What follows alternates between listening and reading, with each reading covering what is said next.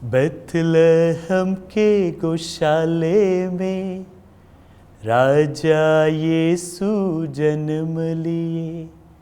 बैतलहम के गौशाले में राजा यीशु जन्म लिए। आओ लोगो दर्शन कर लो, आओ लोगो दर्शन कर लो। कृष्ण में प्यारे भाइयों बहनों, आप सबको क्रिस्त जयंती बड़े दिन की बड़ी बड़ी शुभकामनाएं, बहुत सारी शुभकामनाएं। आज सारा संसार क्रिसमस मना रहा है, मगर इस बार का क्रिसमस दूसरे वर्षों के क्रिसमस से भिन्न है। ये क्रिसमस कोरोना वायरस के परिवेश में मनाया जा रहा है, मगर फिर भी बीमारी के कारण, दुख के कारण सारा संसार खुश है, जश्न मना रहा है। योहन के सुसमाचार अध्याय 3:16 को बड़ी ऊंची आवाज से पुकार रहा है, ईश्वर ने संसार को इतना प्यार किया, उसके लिए इकलौते पुत्र को अर्पित कर दिया, ताकि जो कोई उसमें विश्वास करे उसका सर्वनाश ना हो, बल्कि अनंत जीवन प्राप्त करे। क्रिस्त में प्यारे भाइयों बहनों, जब आदि मनुष्य ने पाप किया तो उसने सोचा कि कहानी खत्म हो गई। उसने सोचा कि सब कुछ खत्म हो गया। रोमियो के पत्र अध्याय 3 पद संख्या 23 में पढ़ते हैं, सबों ने पाप किया और सब ईश्वर की महिमा से वंचित हो गए। रोमियो के पत्र अध्याय 5 पद संख्या 12 में पढ़ते हैं, एक मनुष्य के द्वारा पाप इस संसार में आया और पाप के द्वारा मृत्यु इस संसार में फैल गई। बाइबल हमें बताती है कि जब पाप का परिणाम आदम और हेवा को देखने को मिला तो उन्होंने अपने आप को नग्न व्यवस्था में पाया, अपने आप को नंगा देखा। सबने सोचा कि सब खत्म हो गया है। यानी उस समय वो जो ईश्वर के साथ एकता और एक अच्छे संबंध का जो रिश्ता था वो टूट गया। सबने सोचा खत्म हो गया, खत्म हो गया। परंतु ईश्वर विभिन्न नबियों और अपने चुने हुए लोगों के द्वारा बार बार लोगों को उस उम्मीद के बारे में बताते हैं।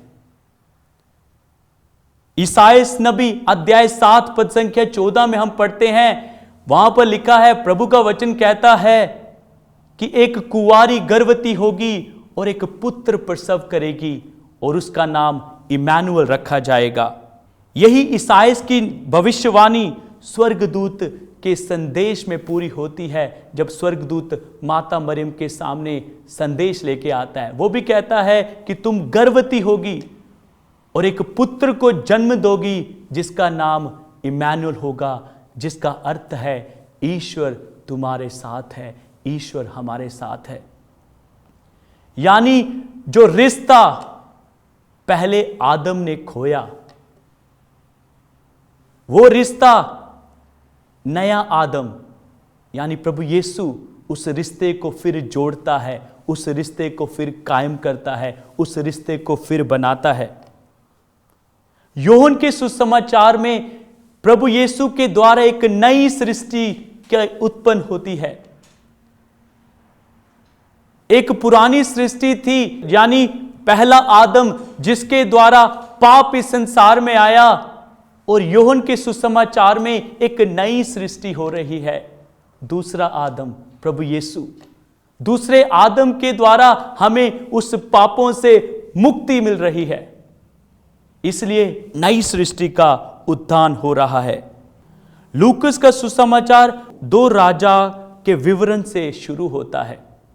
यानी प्रभु यीशु का जन्म दो राजाओं के नाम से शुरू होता है। वो राजा है कैसर अगस्तस और क्विरिनियुस। लूकस बताना चाहता है कि इन दो राजाओं के साथ साथ एक तीसरे राजे का जन्म हुआ है, वो है प्रभु यीशु। ख्रिस्त में प्यारे भाइयों बहनों, जो राजनीतिक राजा होते हैं, और ये दो राजों का विवरण जो मैंने आपको बताया है, उनकी राज्य सीमा बहुत बड़ी है, बहुत बड़ी है। प्रभु यीशु एक ऐसा राजा है जिसे जन्म के लिए अपना घर तक नहीं मिला, वो जानवरों के बीच में उनका जन्म होता है। ख्रिस्त में प्यारे भाइयों बहनों, लूकस हमें बताना चाहता है कि पहले दो राजा जो लोग थे वो अपनी जान के लिए, अपनी शान के लिए दूसरों को मारेंगे, परंतु प्रभु यीशु एक ऐसा राजा है, वो दूसरों को मारेगा नहीं, परंतु दूसरों के लिए मरेगा। हम वचन में पढ़ते हैं, ईश्वर का मेमना जो संसार के पापों को हर लेता है। ख्रिस्त में प्यारे भाइयों बहनों, जब राजाओं का जन्म होता था तो लोग बड़े बड़े नारे लगाते थे, हेल किंग, जय हो राजा के नारे लगाए जाते थे, बड़े बड़े उपहार लाए जाते थे।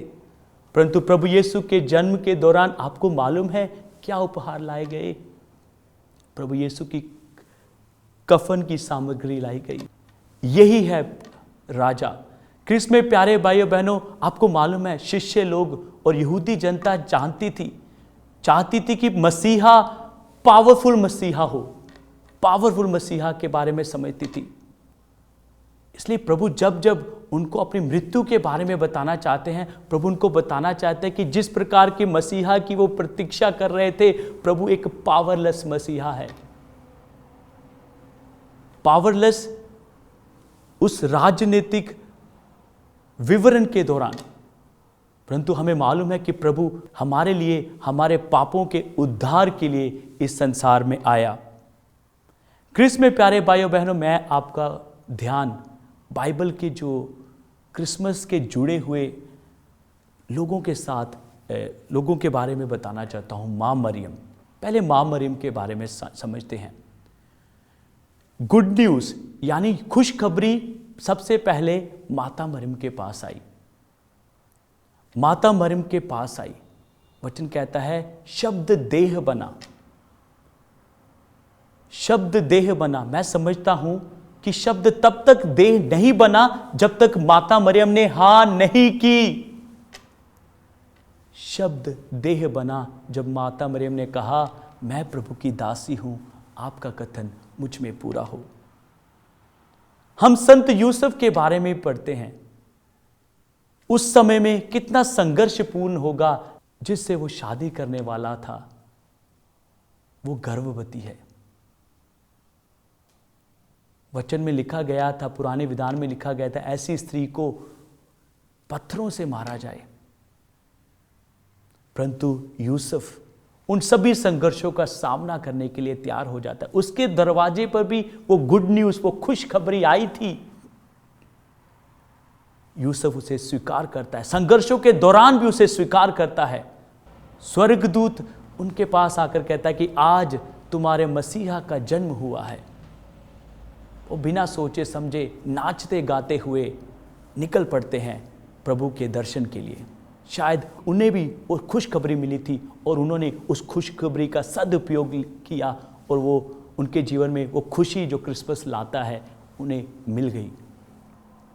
ख्रिस्त में प्यारे भाई बहनों, ज्योतिष भी पूर्व से, दूर दहार से आकर प्रभु का दर्शन करते, उन्हें भी गुड न्यूज़ मिला था, उन्हें भी खुशखबरी मिली थी। उन्होंने उस खुशखबरी को ग्रहण किया और शायद उनके जीवन में वो खुशी, वो आनंद मिला होगा।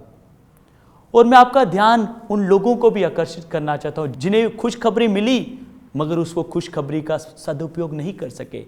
हेरोद को भी पूर्ण मात्रा में वो खुशखबरी उसके दरवाजे पर आई थी, परंतु हेरोद अपनी शान और शौकत में इतना अंदर चला जाता है कि वो खुशखबरी को नकार देता है।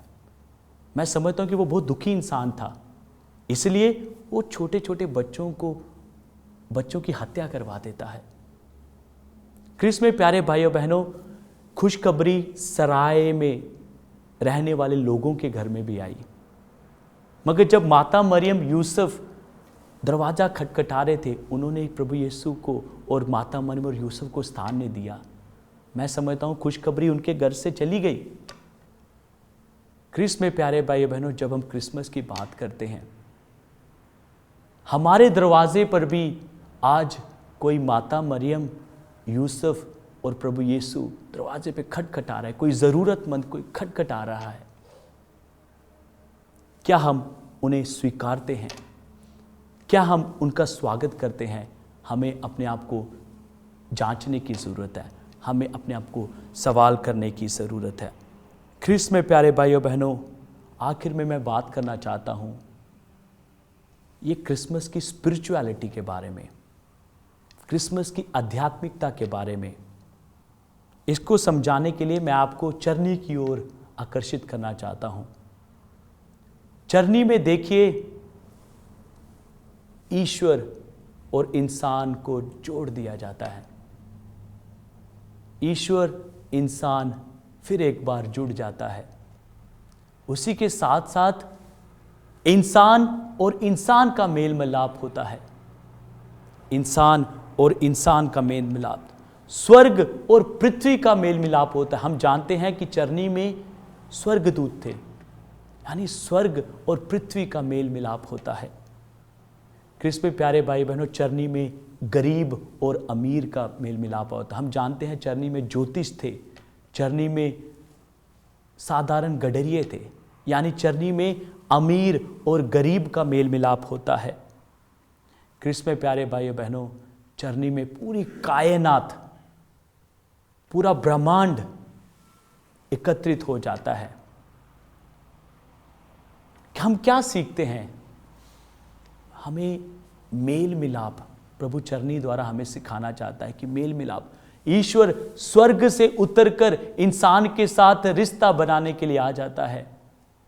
मगर हम अपने भाई बहनों के साथ एक दरवाज़ा क्रॉस करके अपने आप को असमर्थ समझते हैं। प्रभु प्यारे भाइयों बहनों, इसलिए अगर आपको अपने भाई बहनों के साथ मेल मिलाप करने में मुश्किल होती है, संघर्ष होता है, तो मैं कहता हूं कि आज आप चरनी के सामने घुटने टेक कर बैठ जाइए। आपको वो सामर्थ्य मिलेगा, वो शक्ति मिलेगी।